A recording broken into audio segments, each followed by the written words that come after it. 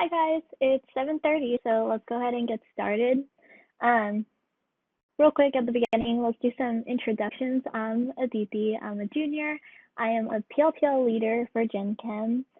So I'll be doing the first half of this review session, and the other half is going to be conducted by Granj. So if you want to go ahead and say hello.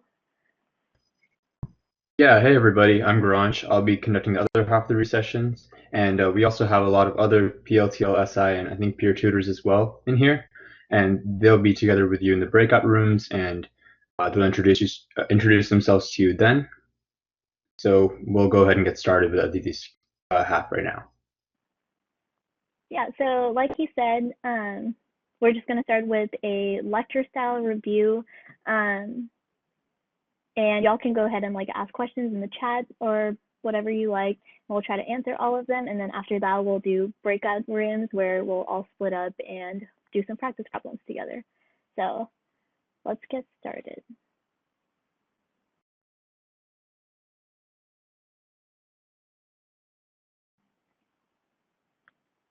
Okay, so real quick, this is the agenda for what the lecture is going to look like.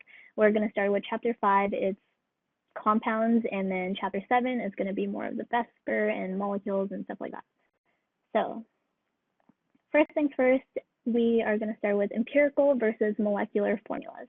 So an empirical formula is going to be what is the simplest type of formula.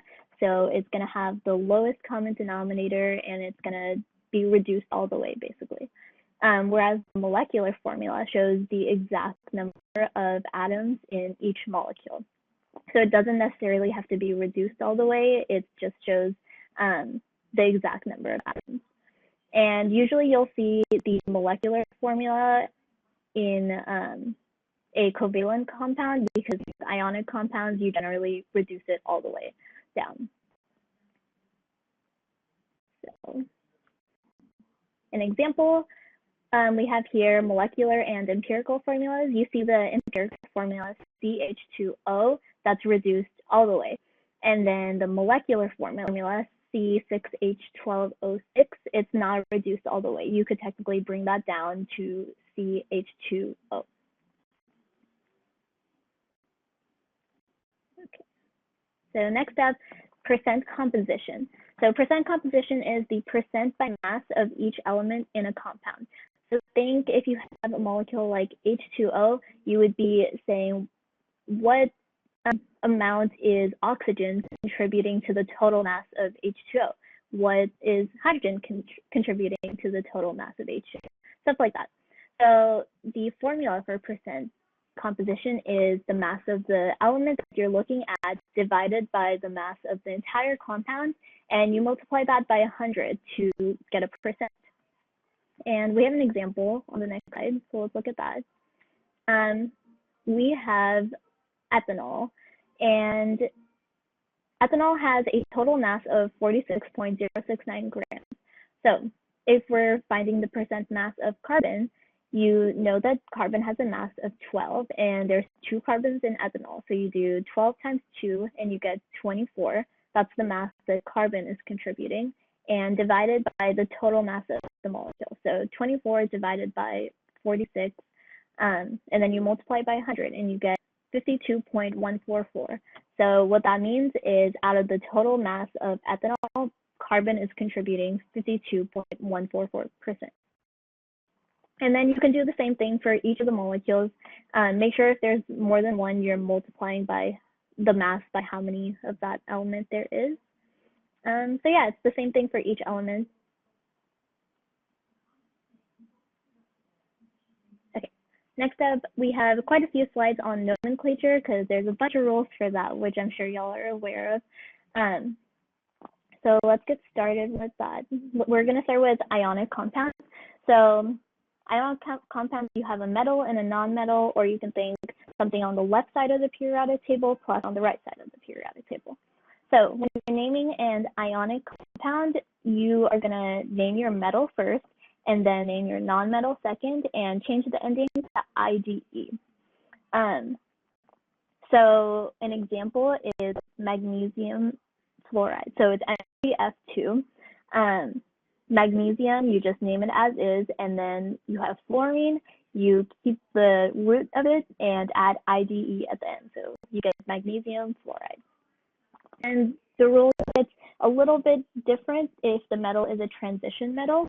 And that's just because with a transition metal, you don't necessarily know for sure what the charge is going to be. So you have to label it yourself in the name. So it's similar, but a little bit different, where you name the transition metal first, just like you did before, and then you determine the charge of that metal and write it in Roman numerals in the bracket.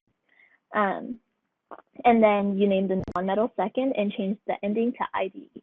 So the first and the last part are the same as before, but you just need to have that charge in the middle. So an example of that is FeCl2. Fe is iron, you just name that as is, and then you find the charge of that iron. So chlorine has a charge of what?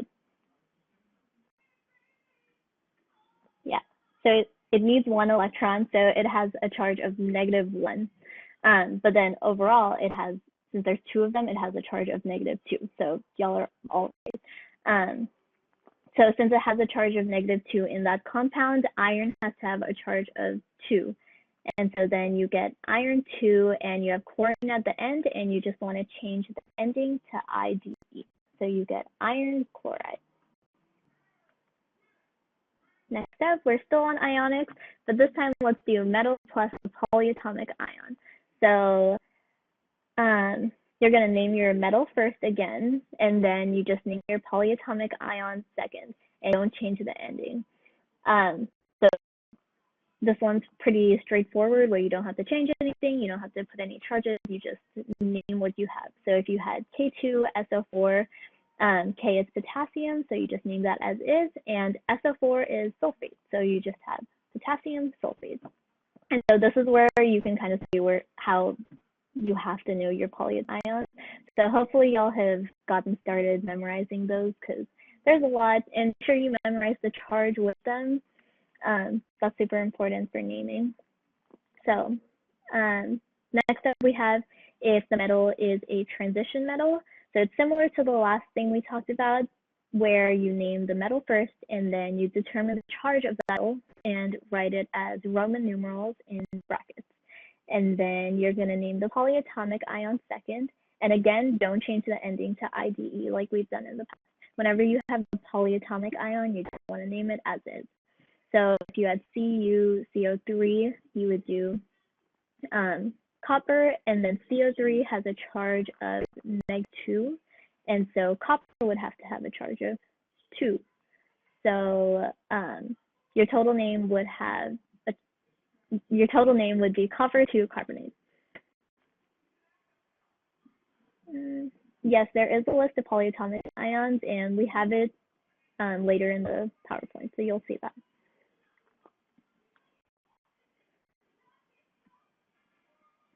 Okay, so next up we have covalent nomenclature. So I like covalent nomenclature because it's pretty simple to memorize.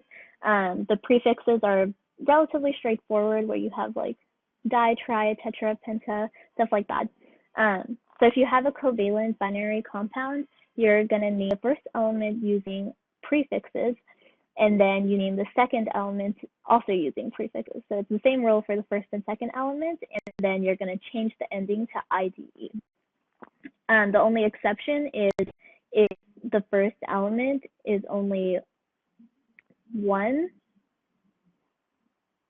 If the first element is, like, there's only 1 of the first element, then you're not going to put mono at the beginning. You're just going to leave it as is. So N2O4, you have 2 nitrogens, so you're going to use the prefix di, and then you just name nitrogen, so dinitrogen, and then oxygen, there's 4 of them, so you use the prefix tetra, so you have tetroxide, dinitrogen tetroxide. Okay, acid nomenclature. I think someone was asking about this earlier in the chat, so here it is. If you have a binary acid, which means if you have hydrogen plus any element, the rule is going to be hydro plus the root of the element plus ic acid. So freshman year, the way I remembered this is I would just think like hydrochloric acid, because that was just like the simplest one to me. I knew that coming into chemistry, and I would just apply that to every other binary acid that I would see. I would think hydrochloric acid, so there's a hydro at the beginning, and then you said chlor, which is the root of the chlorine, and then you just add acid at the end, so you get hydrochloric acid. And then the other acid is H plus a polyatomic ion. So the rule for this is if your polyatomic ion ends in H, then you change the ending to ic. And if you have a polyatomic ion that ends in ite, you're going to change the ending to us. The way I remembered this was I ate something icky. There's a bunch of rules, so I mean there's a bunch of mnemonics, so maybe look those up, but I like that one. An example for that one is HClO3. So ClO3 is going to have an 8 and ClO3 is going to have an 8 ending, and so you change that to ic, and you're going to have chloric acid. Whereas H2SO4, H2SO3, SO3 is going to be sulfite, and so you change that ending to us, and you get sulfurous acid. Okay, and then this is the list of polyatomic ions. This is the first part, and this is the second part of it. So if anyone wants to take a picture of the slide.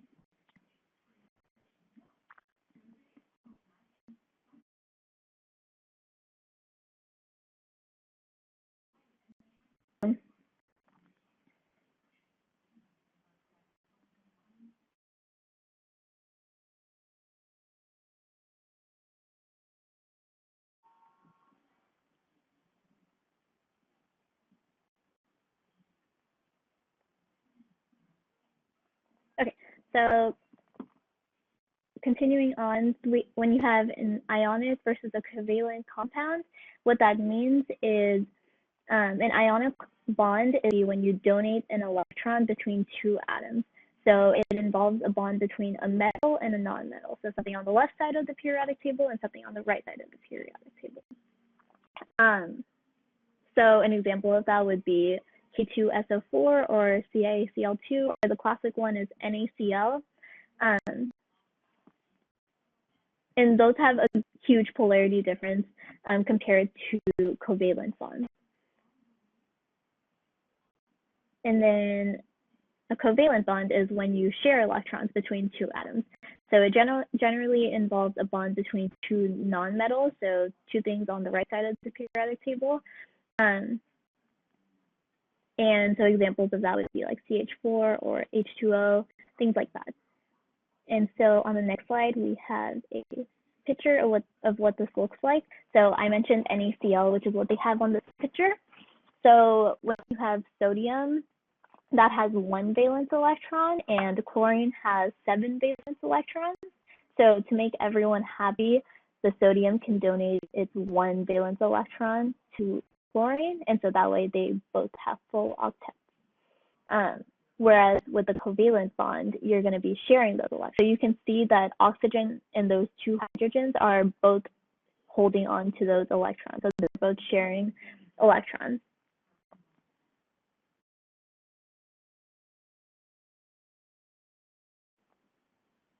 I think that's all for my part, so Granch, if you want to go ahead.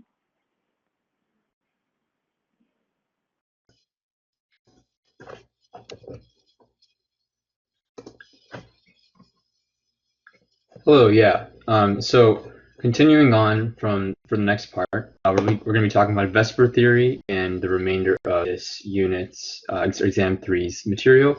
So VSEPR theory, this is going to be a continuation, somewhat a continuation on Lewis structures, and instead this part of it is going to focus on how these are arranged in three dimensions. So spatially, how do these structures actually look?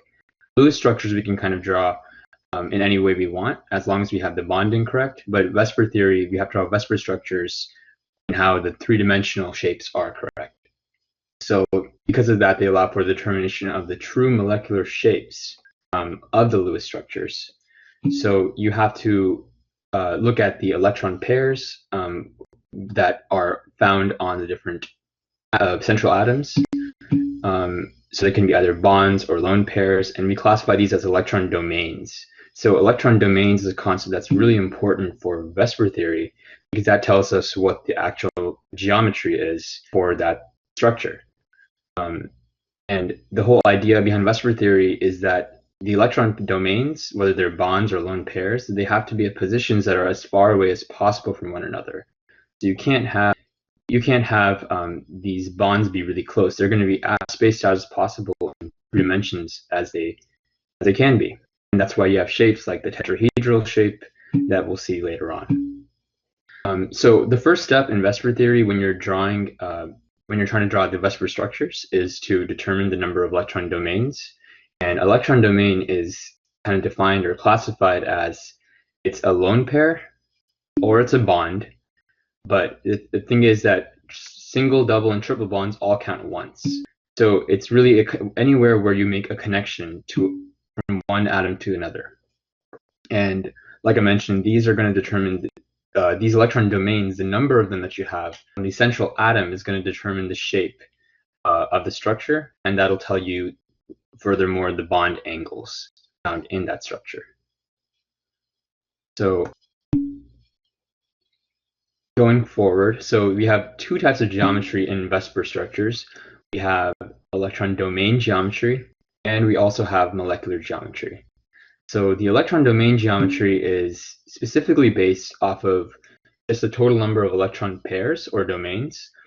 So if a structure has 5 electron domains, whether they're all 5 going to be electron lone pairs, or whether they're all 5 just bonds, or whether you have a mixture, it's going to have the same geometry for electron domain. And so there's only about 6 different, or I think 5 different electron domain geometries that you need to know. So it's going to be linear, trigonal planar, and so forth, and we'll see those later on.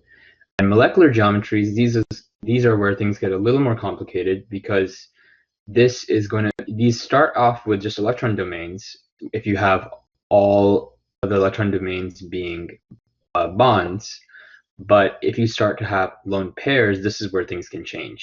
Then you start having different shapes that we can make, and those are known as the molecular geometries. So for yourselves, you need to make sure you know both electron domain geometries and the molecular geometries and which ones correspond to which ones in these. So yeah, if there are no lone pairs, the electron and molecular geometries will be the same. And we'll see what we're talking about in the next slide. This is a chart of the geometries that we find. So you have molecular geometries, all the molecular geometries in here, and electron domain geometries, a lot of them are the same as molecular geometries, right? If you don't have any lone pairs. So starting from the top, we have linear, and then if we go down the diagonal on the right, you can see you have a bent structure, but it's all part of trigonal planar. Actually looking straight down, you have linear, trigonal planar, and tetrahedral, trigonal bipyramidal, and octahedral. These are the 5 electron domain geometries that are there. And then everything towards the right side are going to be where you start having molecular geometries present. So this is the chart of all of them. I would say pay special attention, especially toward the trigonal bipyramidal, because at the trigonal bipyramidal electron domain geometry and molecular geometry, things can get a little bit confusing sometimes for students, because whenever you're drawing these geometries, you want to make sure you're taking bonds away from the equatorial position first.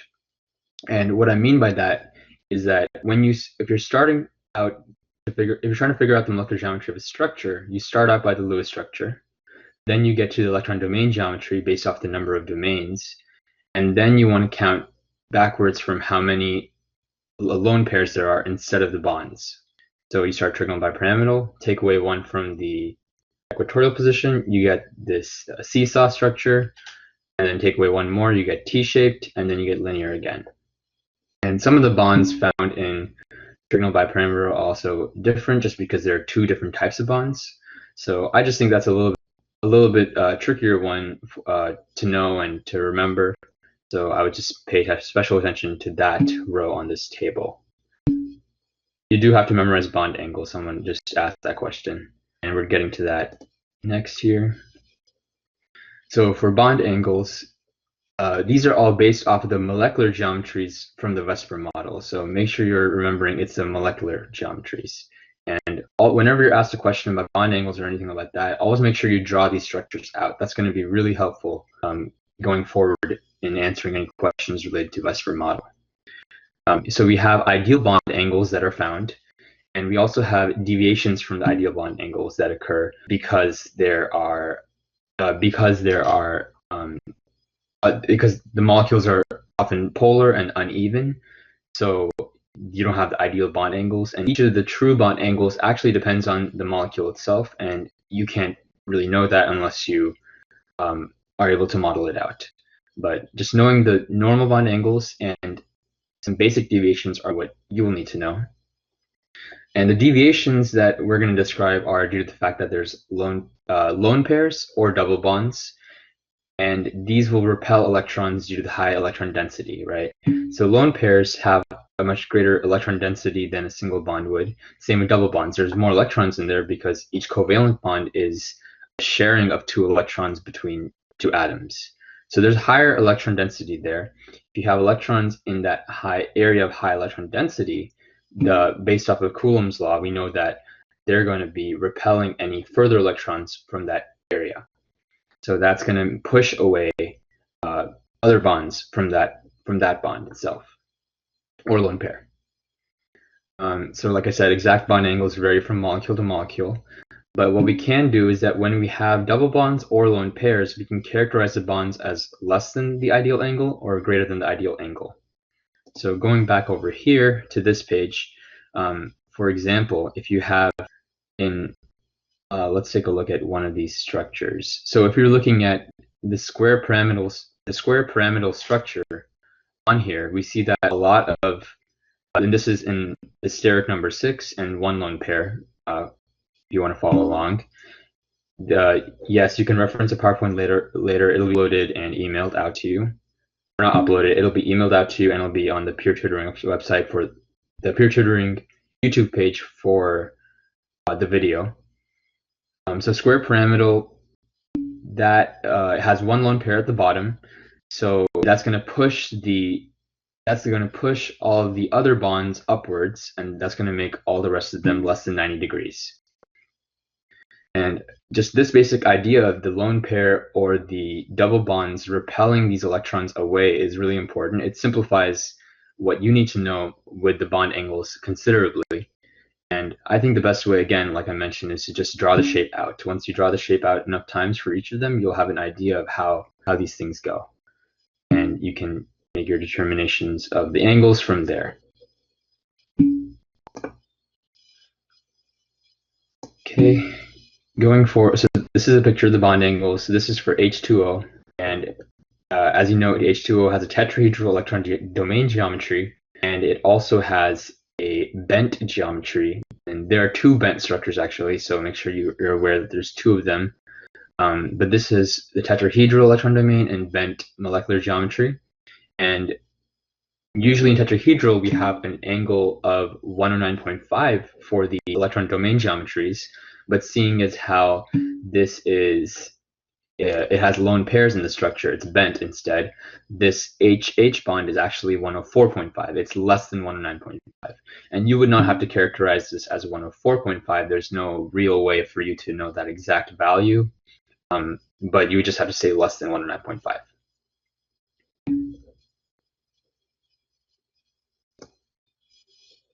Oh yes, there's also this 95.7 picometers over here. You don't need to know that, as was told over there. That was just in the picture, and I guess I didn't crop it out.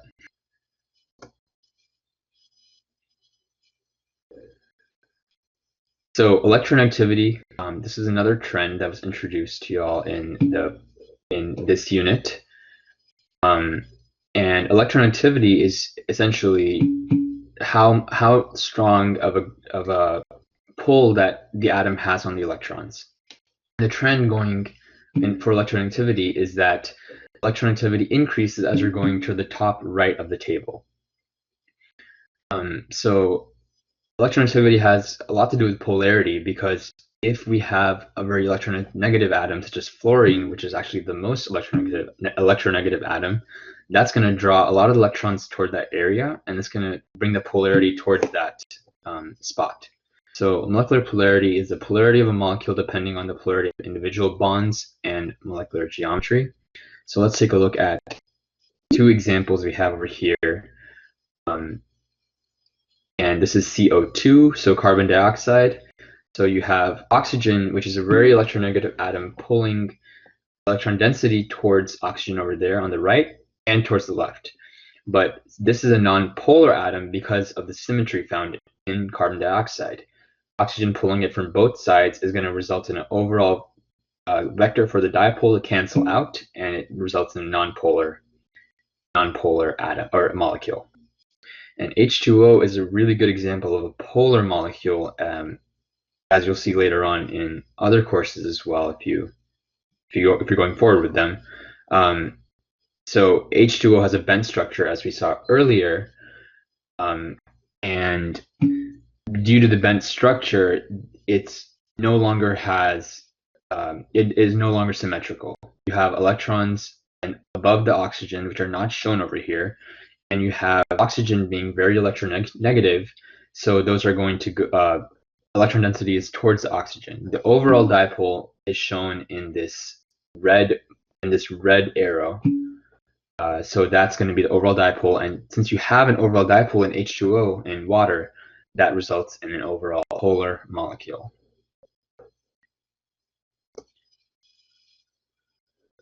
Intermolecular forces. So these are forces that exist between molecules, and this can be molecules of the same type or even of different types. But we usually consider in Gen Chem 1 to be the same molecule, since we're talking about physical properties that occur as a result of these forces. So similar to intermolecular forces, you have intramolecular forces, right? These would be covalent bonds. However, intermolecular forces are a bit different because they're not a permanent bond like you have in covalent bonding. Covalent bonding is rather permanent when it happens. It takes a lot of energy to go and break these, but intermolecular forces are much weaker, and they're more transient. They're not as permanent as a covalent bond would be. So these give rise to physical properties such as boiling point, melting point, as well as all these others I listed over here. But the main ones you really need to know and understand is kind of the boiling and melting points. Usually I think you see more boiling point, but melting point is affected similarly. So, and the reason this is because when you have to cause a compound to boil, let's say water from the liquid to the gas phase, you have to break apart those intermolecular forces so you can get to the gas state. In the liquid phase, you have a lot of interactions between the different water molecules, but once you hit the gas phase, those interactions are much weaker. They're not really there to the same level anymore. That's why you have gases which are really sporadic and they're just bouncing around in space. So you have to overcome those intermolecular forces, and if you have weak intermolecular forces, that's going to cause the boiling point to decrease much further. If you have strong intermolecular forces, such as in water, you're going to have a really high boiling point like water does at 100 degrees Celsius. So from strongest to weakest for intermolecular forces, we have three main ones in Gen Chem primarily that you need to know, and those include hydrogen bonding, dipole-dipole, and London dispersion forces. So hydrogen bonding is a type of dipole-dipole. It's a really strong dipole-dipole. But what it is that whenever you know what, actually, we're going to get to that later. I'm jumping the gun here. So to go on, these are all going to be additive as well. So if you have a molecule with hydrogen bonding, it's going to have both dipole-dipole and London dispersion as well. If you have a molecule with dipole-dipole, it's going to include both dipole-dipole and London dispersion forces. And if you have a nonpolar molecule, that would have just London dispersion forces. So IMF is intermolecular forces. Yes, IMF is intermolecular forces. That was a question in the chat. If you have a nonpolar molecule, that would have just London dispersion forces. But these all add up from the weakest to the strongest. So something with the strongest ones has all three. Like I said, these are always weaker than covalent and ionic bonding. They're additive, like we mentioned. Okay. So hydrogen bonding, it involves hydrogen bonded to a strongly electronegative atom, and the three atoms that involve hydrogen bonding are fluorine, oxygen, and nitrogen. So you can also have hydrogen bonding between different molecules as long as you have a donor and acceptor, which is same for all IMFs really. So a hydrogen bond donor is a hydrogen which is bonded to one of these electronegative atoms. So H with an O over here in water, that is going to form the hydrogen bond to the hydrogen bond acceptor, which is just a lone pair on one of these electronegative molecules. So this big difference in electronegativity is what allows for hydrogen bondings to be so small, and they actually give rise to a lot of water's properties, as I'm sure you all know, with cohesion, adhesion, vapor pressure, all of that.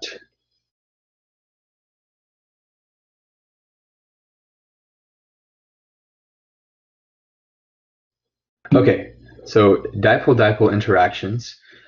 These are a step below from hydrogen bonding, but they involve any polar molecules where you have a permanent dipole. Right? When I say permanent dipole, what I mean is that you have the atoms themselves have different electronegativities. So the example here shown is hydrochloric acid, but hydrochloric acid involves hydrogen and chlorine. It's a binary acid, and you have chlorine which carries that partial negative charge because of the dipole, the electronegativity difference, and the hydrogen's partial positive charge due to the electronegativity difference. And those partial positives are attracted to the partial negatives. That creates a dipole-dipole attraction. Yeah, and this is found in any molecule, right, where there's a permanent dipole.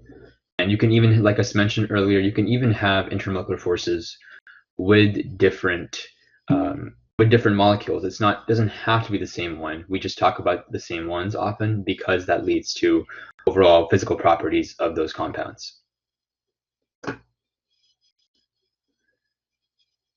So furthermore, for intermolecular forces, we also have London dispersion forces, and these exist between all molecules, whether they are polar or nonpolar. So every single molecule is going to have London dispersion forces. The question, if the charges cancel out, there's no dipole, right? Yes, if the charges cancel out, such as in CO2, there's no dipole in the molecule. That's going to be a nonpolar molecule then.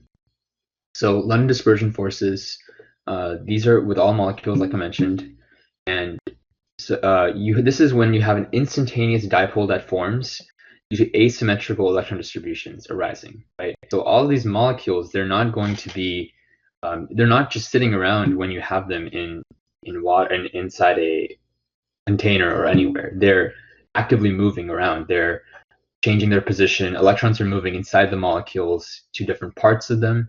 And that movement of electrons in the molecules is going to cause a change in the electron density at certain times. So this example we show in the picture to the right is that at this specific moment in this molecule, you have a transient partial dipole forming, which causes this London dispersion force happening in between these two molecules because you have the electrons in both molecules that have shifted towards the left. That's going to create a partial positive in the inside of this left molecule and a partial negative on the inside of this right molecule. And that partial positive and negative are causing an interaction, and that's a London dispersion force. This is much weaker because you don't have any permanent dipoles in nonpolar molecules. But this can still happen, and this still causes interactions. And I think there was some talk earlier about how does like the molar mass of all these affect it, and the molar mass is really affected by London dispersion forces, because the larger the molecule is, the stronger the London dispersion forces are.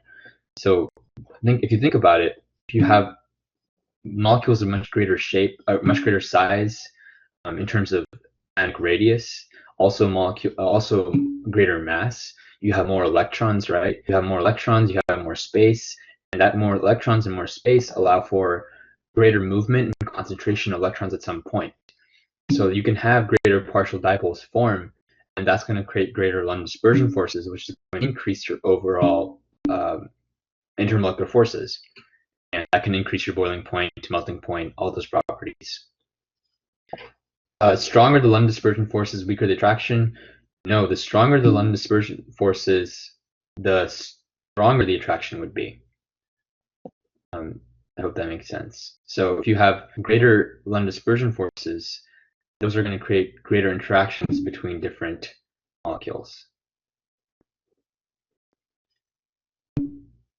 So yes, higher boiling point as a result.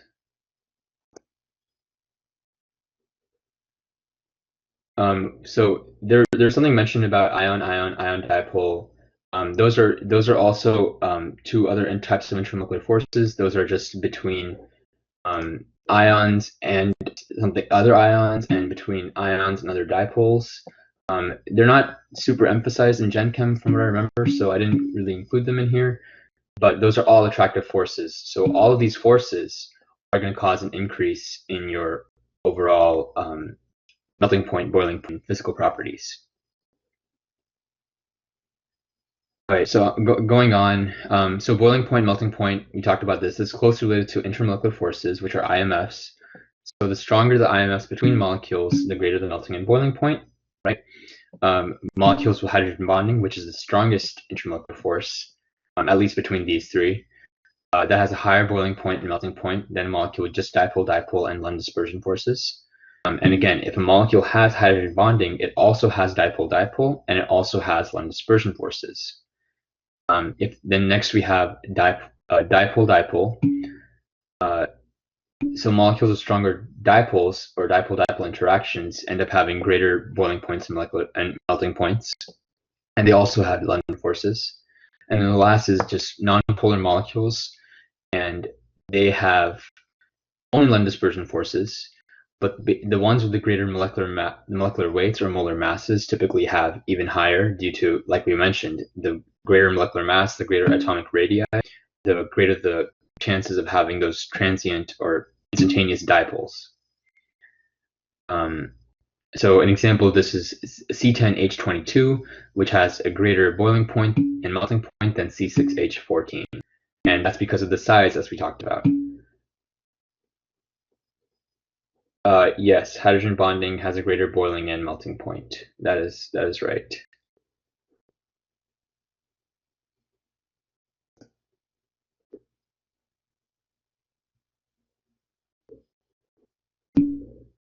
So this is talking about some of the examples with IMFs and boiling points. So you have, this is not the highest quality chart, I'm sorry about that, but basically you have different molecules here on the left side, and you have their dominant IMFs. So dominant meaning the strongest IMFs, and you can differ between the different IMFs. I think London dispersion force has the most confusion, and this explains some of the things that cause differences between molecules with the same IMFs. So the top three over here, these are all hydrocarbons, so they're all nonpolar molecules, if you see up top, but the branching patterns are different, right? So the topmost is a straight chain hydrocarbon, so it has the greatest surface area, right? It's the most straight, and it has less branching. So when it has less branching and straighter, it's going to have a greater potential for London dispersion forces to be stronger. So that's going to cause it to have a greater overall melting point and boiling point. Let's just focus on boiling point for now. But it has the highest boiling point between these other two. And then going further, the second one from the top, this has branching in here, right? You have one branch on that hydrocarbon, and that allows for it to have also a slightly lower boiling point as a result, because the branching makes it slightly more spherical of a molecule, and that reduces the surface area. The last one has the most branching, right? That's at the very end. There's 3 branches off of that last carbon, and this has a much lower boiling point than all 3. Looking at this white section in the center, these are 2 molecules we're comparing. One of them has hydrogen bonding, and the other one has dipole-dipole interactions, right? So this is it O bonded between 2 carbons over here, and this is a bent structure as a result. And hydrogen bonding, as we know, is really strong.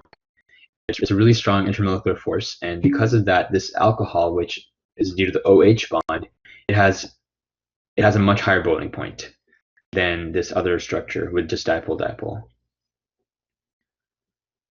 The 2 molecules are the 2 molecules in the middle the same? I'm not sure which molecules you're talking about, but all these molecules are different on here. So no. The white section. No, they are different. One of them has an OH at the end, one of them has a carbon, O, and then carbon, right? So this is an ether. The second white one is called an ether. You don't need to know that, but it's just 2 carbons connected by an O in the center. So yes. So this is not an ester here, but this is not an ester. But you don't need to know about esters and ethers. That's an OChem thing. So going in the last section, this yellow orangish color. So we have more about it. We have methane, which is a really small molecule with just London dispersion forces. It's just CH4, carbon bonded to 4 hydrogens, and because of that, it has a really low boiling point. Pretty weak, pretty small molecule, so not as strong IMFs. Only London dispersion forces, results in negative 161 degrees Celsius. Chloromethane, CH3Cl. This is similar to methane, but it has chlorine on instead of one of the hydrogens, and this results in negative 24 degrees Celsius, which is considerably higher due to the dipole-dipole interactions. And the last one, methanol, between these 3 has by far the highest due to the hydrogen bonding. So this is an alcohol with an OH group on it, right? That OH group is going to cause it to have hydrogen bonding, which is much stronger. Are there any common names that we have to know? In terms of like ester, ether, and alcohol we were talking about, no, you don't need to know those. That was just, we were just talking about those in terms of this chart, but you don't actually need to know what those are, I think. Okay. Ammonia hybridization. Sure, I can try. It's a little bit hard to really draw things and kind of do it in this big review. If you have questions about specific things, you can ask your PLTO leaders in your smaller breakout section that we'll have later, and that'll be a little bit easier for us all to do. Okay. So hybridization, this is a pretty complicated concept to really explain thoroughly right now. But what I will say about this is that it involves mixing of atomic orbitals, right? So if you consider the true bond angles that we talked about, like in tetrahedral, where we have 109.5, we have 120, and so on, 90. It's a little bit difficult you can't really explain how these 109.5 and all these other angles happen in VSEPR theory if you don't incorporate hybridization.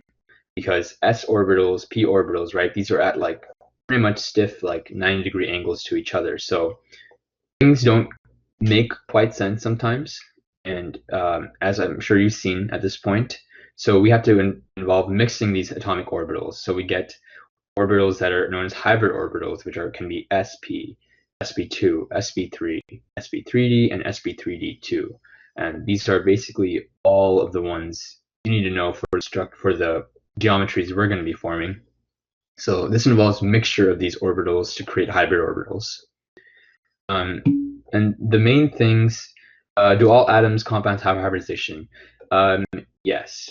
So the thing about hybridization is that it is one of many theories that we kind of have for in chemistry about structures of these molecules. It doesn't explain everything, so we actually use multiple different theories, but to explain a lot of the different ways that these interactions happen, like molecular orbitals as well, and as you'll learn later, I'm sure. But yes, basically, yes, any atom is going to have hybridization, at least if it's big enough to have, or any molecule, sorry, is going to have hybridization if it's large enough. So you can tell the hybridization of the orbitals of an atom looking at the number of electron domains, right? So this is really going to be usually we talk about the central atoms and their hybridizations, but the central atom is the one you're going to have to be able to tell the hybridization of most likely. So you can look at the central atom and look at the number of electron domains, as we saw earlier in the VSEPR theory, and as long as you can tell the number of electron domains there are, you can figure out the hybridization of that central atom. And this is really one of the main things in terms of testing that is really kind of emphasized on and how to determine hybridization of central atoms. What if there is no central atom? I mean, if there's a structure they're asking you for the hybridization, there'll probably be something which involves a central atom. I mean, maybe you're talking about like HCl. Yeah, I suppose there's no central atom there, but usually when you have a structure they're going to ask a hybridization for, it's going to involve a central atom. So 2 domains is going to be sp hybridization, 3 goes to sp2, 4 sp3, and etc. And it goes so on and so forth. So these all correspond to the VSEPR model. So 2 domains is linear, 3 domains trigonal planar, 4 domains is tetrahedral, and we go on so on to trigonal bipyramidal and octahedral as well. So this is just a picture kind of showing an example of how hybridization occurs, right? So these are sp2 hybridized orbitals on the oxygens, and these are sp2 hybridized orbitals on the carbons and on the central carbon over here.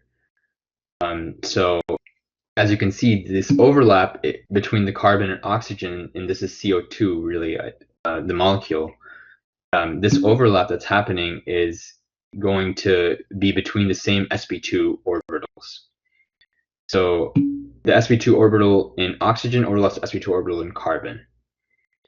And this is just a kind of a basic picture to show what that's a little bit like.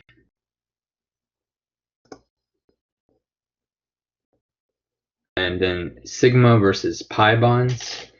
So there's a question here about what if there's no central atom, and we're unsure how to determine which one to use. They'll specify which one there is if there's no central atom, right? Like C2H6, like that's a good example of what you meant.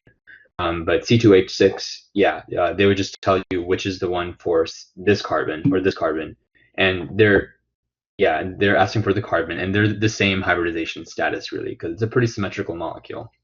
But they'll specify which one they're talking about itself. So sigma versus pi bonds.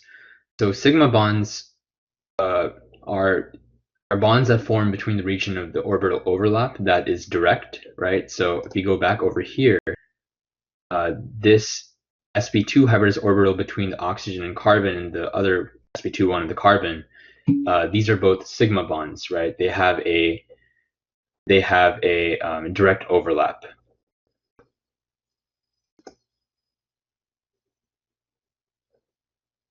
And then for pi bonds, these are bonds that form from the sideways overlap of p orbitals.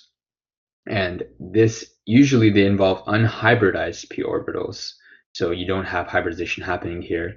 And that allows for a sideways overlap, right? So you've seen how pi bonds, an unhybridized p orbital, if you know how it looks like, it has a dumbbell shape. And that dumbbell shape is going up and down the molecule. So you can have those pi bonds being have a sideways overlap when they do occur, and that's what causes that to happen. And then whenever you see a single bond, you know that's going to be only one sigma bond and it will be hybridized. If you have a double bond, one of those direct overlaps is going to be a sigma bond, which is direct, as we mentioned, and then one of those is going to be a pi bond, which has the indirect overlap. Then for triple bonds, you have one sigma bond and the two pi bonds. So you have one hybridization, which you have the direct overlap, and then you have one pi bond, which is forming on one of the axes, and it's going to form an indirect overlap, and then you have another pi bond on another axis at a 90-degree angle to the other one, and that's going to form another sideways overlap.